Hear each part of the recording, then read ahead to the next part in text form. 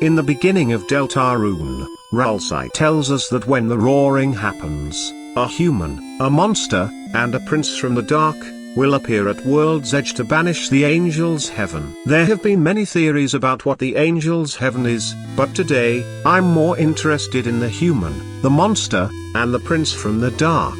We assume that this is referring to Kreese, Susie, and Ralsei, because the game pretty much tells us that. Ralsei says that he believes Kreese and Susie are the heroes in the legend, and that he is the prince from the dark.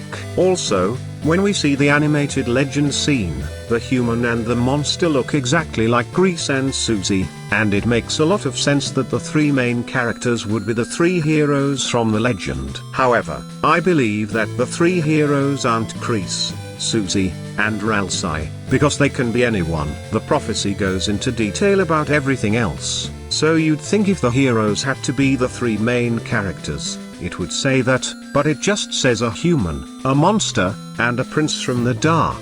So I think it can be any human, any monster, and any prince from the dark who can banish the angels' heaven. But that isn't what my theory is about, because I do think that Kreese will be the human, and Susie will be the monster. But I feel like Ralsei is too suspicious for there not to be a plot twist around him. Ralsei can't be telling the truth about everything, and he knows too much. I think Ralsei will betray us at some point, maybe during the last Dark World, and leave the party, which was foreshadowed by Dragon Blazers 2. Which seems to be a parallel to Deltarune. This will leave Kreese and Susie with no way to banish the angels' heaven. But I think they'll realize that the prince from the dark doesn't have to be Ralsei. But what other prince from the dark exists in Deltarune? Well, a prince is the son of a king or queen, who has to be from the dark, and they probably need to have a positive relationship with Kreese and Susie in order to join them and help them. Who fits all these criteria?